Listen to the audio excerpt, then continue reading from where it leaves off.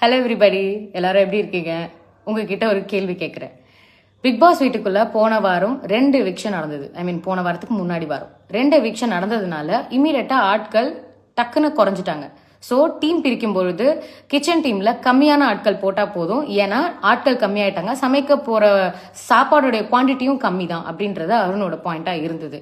So மற்ற இடங்கள்ல ஆட்களை ஜாஸ்தி படுத்துங்க. ஏன்னா என்னதான் ஆளுங்க எலிமினேட் ஆகி போனாலும் கிச்சன் வேலை தான் குறையும். ஆனா இந்த வீட்டோட ஸ்கொயர் ஃபீட் அதே தான் இருக்க போகுது. அதனால எங்களுக்கு பேர்டன் ஆயிடும். அதனால ஆளுங்களை குறைங்க அப்படின்னு சொன்னாரு.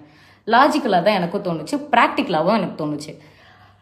when this whole skilled oriented job, labor oriented job அப்படின்னு வரும்பொழுது அந்த ஜாப் அப்படின்னு ரெஃபர் பண்றது தான் அருண் ட்ரிகர் ஆனாரு.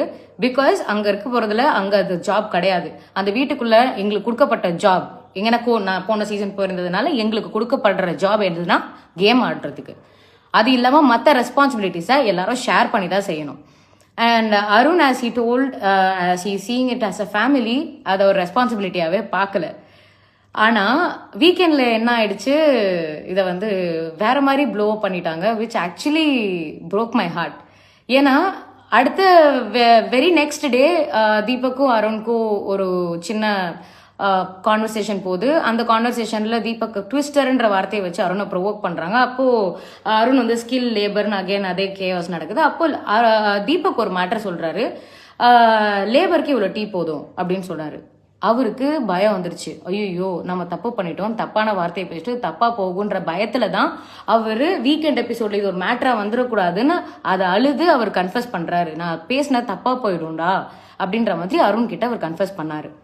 இப்போ இதுல skilled orient and you know labour ஓரியன்ட்னு ஏன் பிரிக்க கூடாது அப்படின்னா, வீட்டுக்குள்ளார ஒரு வீடுன்னு வந்துட்டா அதுக்குள்ளார என்னங்க ஹையரார்கி.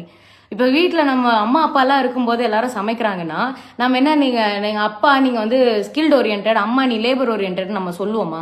சொல்ல மாட்டோம். அது ரொம்ப ரொம்ப தப்பான ஒரு விஷயம். Especially when you are staying inside a house that promotes equality.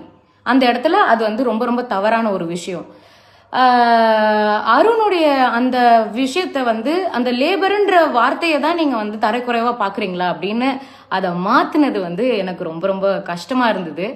ஏன்னா அவர் அந்த மாதிரி அதை சொல்லவே இல்லை.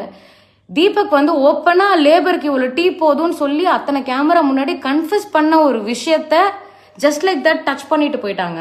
ஆனா அருணோட மூளைக்குள்ள போய் நீ இப்படிதானே நீ யோசிச்ச இதை பத்தி அப்படின்னு சொல்லி ஹோஸ்ட் முதற்கொண்டு அதை மைக் மூலியமா பேசி கார்னர் பண்ணும்போது ஆப்வியஸா யாரா இருந்தாலும் பயம் வருங்க. யாரா இருந்தாலும் ஆடிடுவோம்.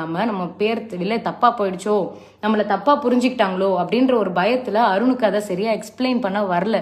சார் இது ஒரு ஃபேமிலியா நான் பார்த்தேன். இந்த ஃபேமிலிக்குள்ள ரெஸ்பான்சிபிலிட்டிஸ் தான் இருக்கே தவிர ஜாப்ஸ் இல்லை. இந்த ஃபேமிலியை ரன் பண்ண ரெஸ்பான்சிபிலிட்டிஸ் இருக்கு. இந்த ரெஸ்பான்சிபிலிட்டிஸை நாங்கள் ஈக்குவலா ஷேர் பண்ணணும்னு நினைக்கிறோம் அப்படின்ற பாயிண்ட்டை கரெக்டா அருணால சொல்ல முடியல. Because he was scared. ஆனால் இதுக்கு உண்மையிலே அது ஏன் இதை இவ்வளோ பெருசாக ப்ளோ அப் பண்ணாங்கன்னு எனக்கு புரியல. அண்ட் அதுக்கப்புறமா நடந்த அந்த மைக்கில் பேசினது, கன்ஃபெஷன் ரூமில் பேசினது எல்லாமே டேமேஜ் கண்ட்ரோலாக என் கண்ணுக்கு தெரிஞ்சுது.